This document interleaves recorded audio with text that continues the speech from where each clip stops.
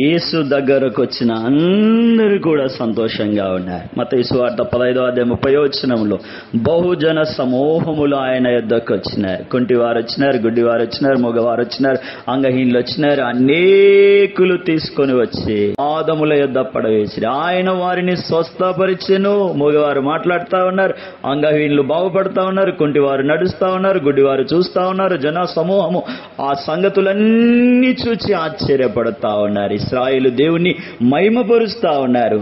మనకు సమీపముగా మన హృదయం అనే తలుపు తడుతూ ఉన్నటువంటి ప్రభువైన యేసును ఆహ్వానించక, హృదయంలో చేర్చుకోక మనము రోగులముగా మార్చబడతా ఉన్నాం. మనము దుఃఖ సముద్రంలో మునిగిపోతా ఉన్నాం.